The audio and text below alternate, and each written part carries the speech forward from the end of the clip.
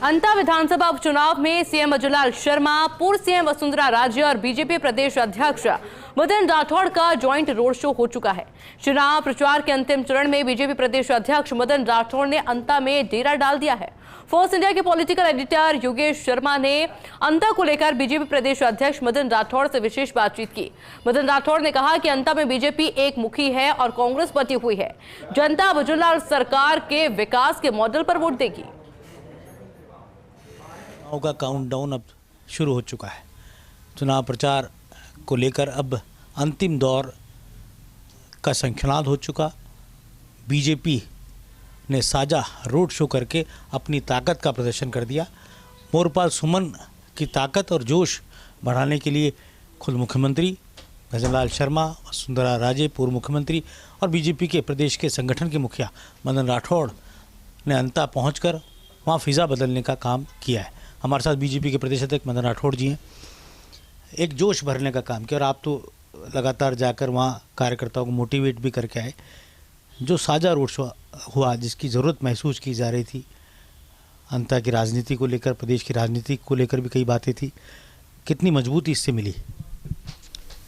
वैसे तो हमारी पार्टी एकजुट है और सभी कार्यकर्ता जब जब जहाँ जहाँ जिसकी ड्यूटी लगाते हैं वहाँ वो जाते ही हैं और काम करते भी हैं।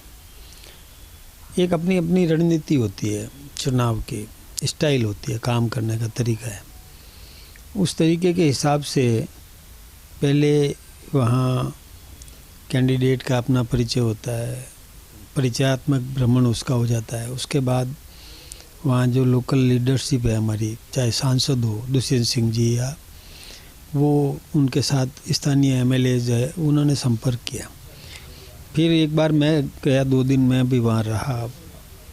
मैंने भी वहाँ कार्यकर्ता जो बूथ समिति होती है उनकी हमने मीटिंग्स ली, अलग अलग, मांगरोल की अलग ली, अंता की अलग ली।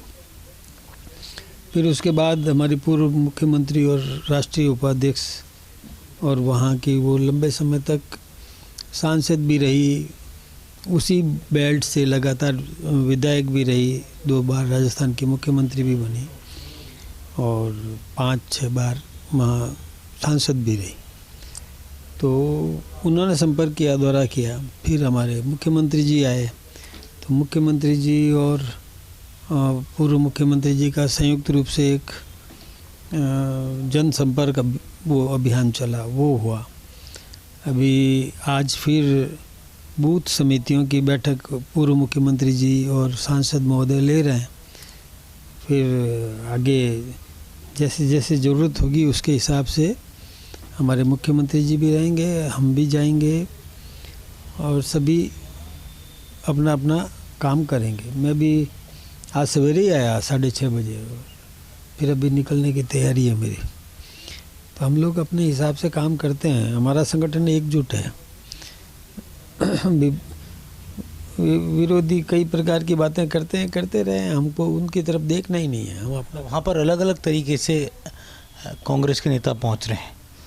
साझा तौर पर जिस तरह आपने रोड शो किया वैसा नहीं करके पूर्व मुख्यमंत्री अलग तरीके से पहुँचे, अशोक गहलोत, सचिन पायलट अलग तरीके से दौरे किए, गोविंद डोटासरा अलग रणनीति के साथ पहुँच रहे। तो क्या लगता है कांग्रेस और बीजेपी की जिस तरह की रणनीति है उसमें बीजेपी अपने कार्यकर्ताओं के बलबूते वहाँ पर चुनावी फतह करने की प्रयासों में जुट गई? हाँ, देखिए उनकी अपनी रणनीति है, हमारी अपनी रणनीति है। हम जो तरीका अपनाते हैं उससे एक डोर टू डोर अप्रोच हमारी हो जाती है। हम एक भी घर को नहीं छोड़ते, सभी घरों से, चाहे मैं चाहे मेरा कार्यकर्ता, कोई ना कोई पहुंचता जरूर है और अपनी बात रखना। फिर जनता अब जागरूक है। जनता पूरी तौर से समझ चुकी है कि हमको कैसा प्रतिनिधि चाहिए। इस बार जनता को अवसर मिला है कि जनता स्थानीय को चुन सकती है, जनता सेवक को चुन सकती है, जनता निर्दोष या निष्कलंक व्यक्ति को चुन सकती है। या विकास को चुन सकती है कि डबल इंजन की सरकार है राजस्थान में और दिल्ली में, तो सरकार के साथ जुड़े रहने से हमारा विकास होगा या विपक्ष में बैठने से विकास होगा। तो जनता समझदार है कि सरकार के साथ रहने से फ़ायदा है। तो ये सब वो अवसर मिला है मतदाता को, तो मतदाता सोच समझ करके फैसला कर रहा है। अब भजन लाल सरकार के विकास के काम अभी काम गिनाए भी गए हैं आपकी सरकार की द्वारा, चाहे आरसीपी का काम हो, चाहे परवन नदी सिंचाई परियोजना से जुड़ा अंता में विकास की बात हो, चाहे स्थानीय स्तर पर मांगरोल या अंता में हुए काम हो। तो क्या लगता है विकास का मॉडल क्या वोट बटोर सकता है, क्या जीत दिला सकता है? देखिए, विकास तो सबको चाहिए, पानी की ज़रूरत सबको है। किसानों को पानी चाहिए, इसलिए वो लंबे समय से वसुंधरा जी के जब कार्यकाल था, जब वो मुख्यमंत्री थी, तब ERCP की योजना बनी थी, लेकिन उसके बाद 5 साल तक कांग्रेस ने कुछ भी नहीं किया। बीजेपी की सरकार ने आते ही उसको मूर्त रूप दे दिया, प्रधानमंत्री जी को बुला के शिलान्यास भी करवा दिया, मध्य प्रदेश के मुख्यमंत्री जी भी आए थे और ये काम शुरू हो गया। तो जनता को उम्मीद बनी है कि ये हमारी चिंता करते हैं।